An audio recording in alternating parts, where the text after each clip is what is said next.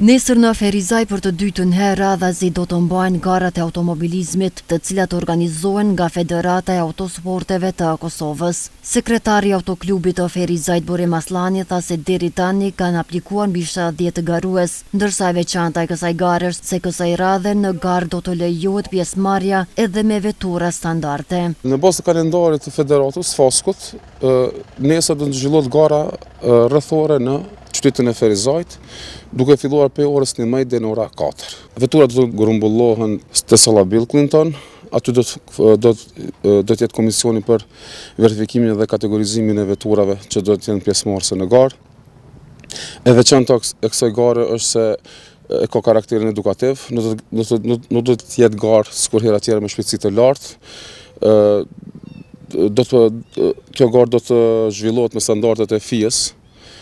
Dhe për herë të parë në Ferizaj kanë drejt të marrën të gjithë vozisat të cilët kanë patent shofer kategori B të gjinisë femërore dhe maskullore.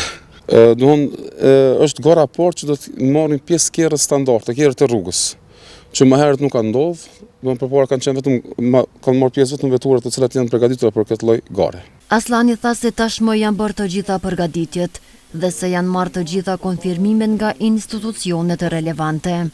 Do të jenë 5 xhiro, 2 do të jenë ushtrime, 3 do të jenë garuse. Do të kenë ndërprerje, signale, për mbajtjen e kësaj gare gjithmonë bashkëpunimi është me komunën, policinë, Zarfeksin dhe ndihmën e parë. Janë ndërzuar të gjithë kërkesat me kohë. Kemi marrë konfirmimin nga komuna, nga policia dhe ambulanta dhe Zarfeksit. Garat e automobilizmit do të mbajnë në rrugën Brahim Ademi në Ferizaj, ndërsa edhe shikuesit do të kenë mundësi të jenë pjesë e kësaj gare. Nga përfaqësues të klubit u bë ditur se shpejtësia mesatare që do të zhvillohet në këtë garë do të jetë diku rreth 60 km/h.